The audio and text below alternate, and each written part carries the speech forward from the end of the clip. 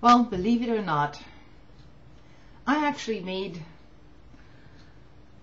4 videos so far in the last week regarding the issue of Social Security and this whole deficit commission stuff. Now, granted, I never uploaded any of these videos because some of them I felt were a bit over the top, and it's not my style basically to use too many cuss words in one video.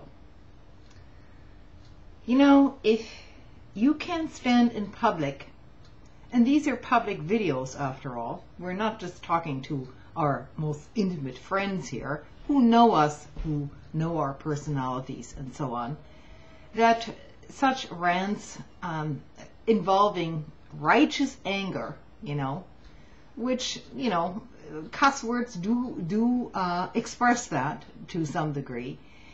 But if people don't know you, then, it just degenerates into the kind of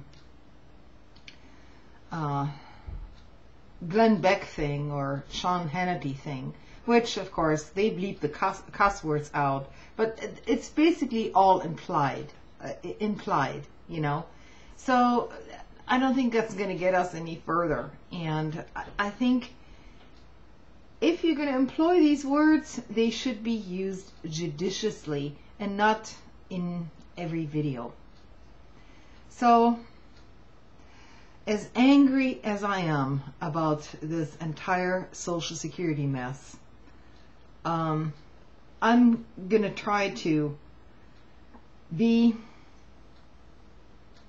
responsible here in terms of getting people to listen to a critique of this fear-mongering regarding Social Security by, once again, reading to you an article which was posted on the website. I think it was Naked Capitalism. And the author of that article was Marshall Auerbach, by the way. So here it goes. Social Security remains one of the greatest achievements of the Democratic Party since its creation 75 years ago.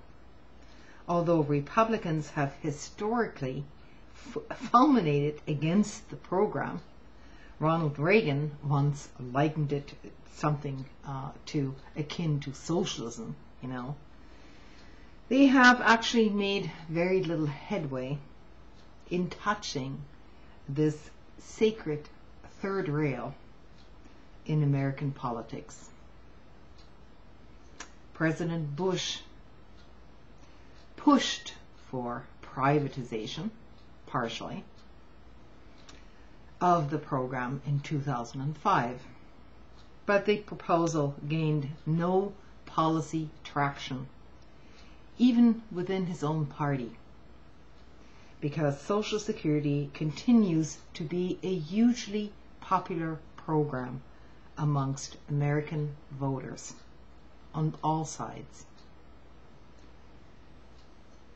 It's a universal program that benefits all Americans, not a government handout to a few privileged corporations. Which is why it is very odd that Democrats, or at least their leadership, seems almost embarrassed to continue to champion the legacy of FDR. The party frets about long-term deficits and the corresponding need to save Social Security from imminent bankruptcy, which in itself, by the way, is a lie. And in doing so opens the gate to radical cuts in entitlements that will do nothing but further destroy incomes and perpetuate our current economic malaise. And by the way, I'd like to interject here that Social Security is not an entitlement program. Social Security is a program in which every American earning below the threshold of, I guess it's $130,000 a year, has paid into in order to be entitled, I suppose, to get your own money back. So this is not some free handout.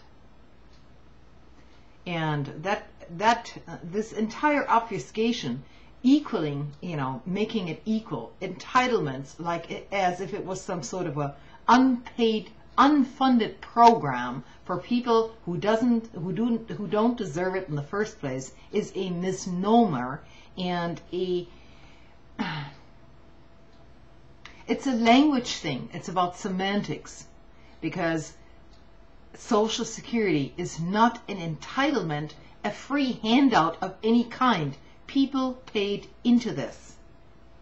And yes, it's a passionate subject for me, because I don't want future generations, those who come after me, to suffer the same deprivations that people suffered during the Great Depression in the 1920s in this country. And this is precisely why this program was set up, to be non-private, to be not dependent on Wall Street. I mean, what caused the crash? It was Wall Street that caused the crash and the economic malaise that ensued. So people basically needed a social safety net in order to survive all of this. This is why this whole argument regarding privatization is so off the charts. People don't seem to remember that it is because of the Wall Street crash that this program was set up to begin with. It wasn't about making a few more dollars investing in stocks, which of course you could do through privatization of Social Security. Yeah, you're going to have annual returns for a few years, which are higher than they are now. But the program was set up in case of failure. If all this system fails, then you're going to be up shit's creek if you don't have a program like this. So why now are the Democrats not leaving the system alone, and instead they're undermining it through what some websites call the Cat Food Commission, and that's basically correct, because that's exactly what it turns out to be. The people which were appointed to this commission by the Obama administration are essentially for privatizing Social Security.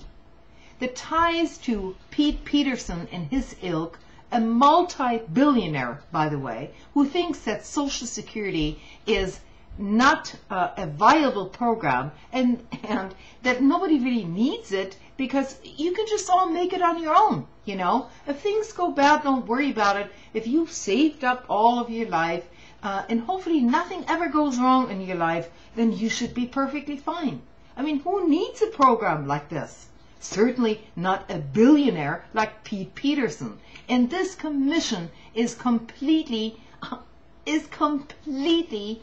involved with Pete Peterson and his ilk. What do you have on there? One representative for labor? 2 independent voices? When you actually need only 14 members of that commission to make a vote and say this is going to be it? And then, this is what gets me, and then people wonder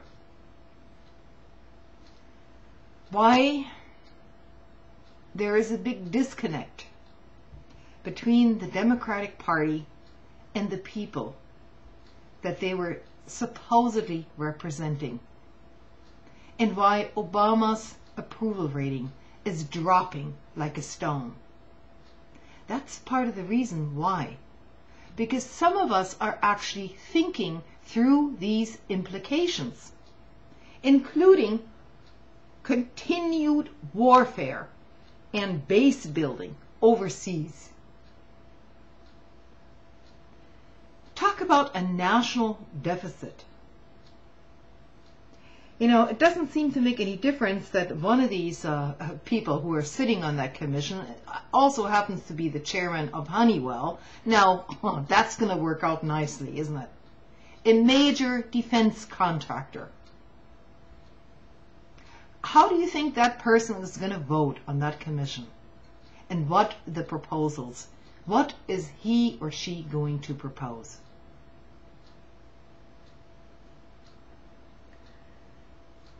You know, this president, unfortunately, and he may have had really good intentions to begin with, but he has now opened up Pandora's box. And I hope to hell that I'm wrong about this.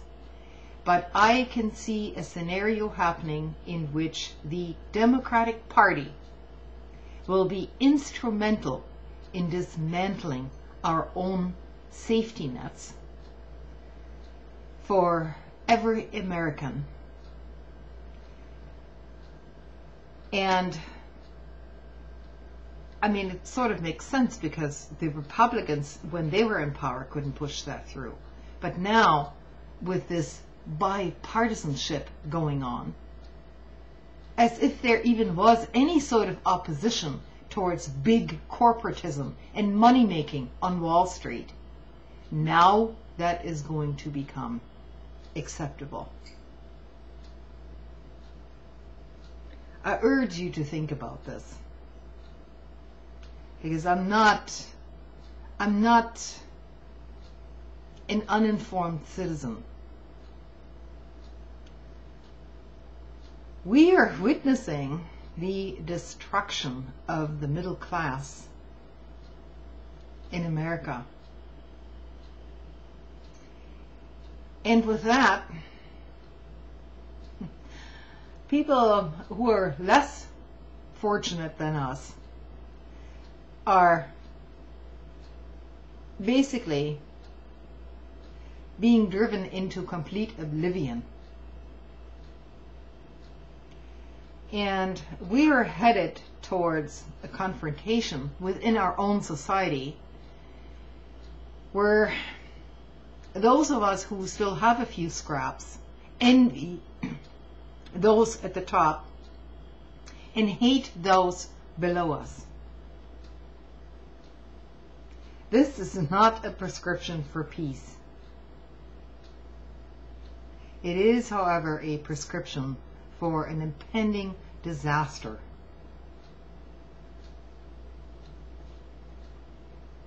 Good night.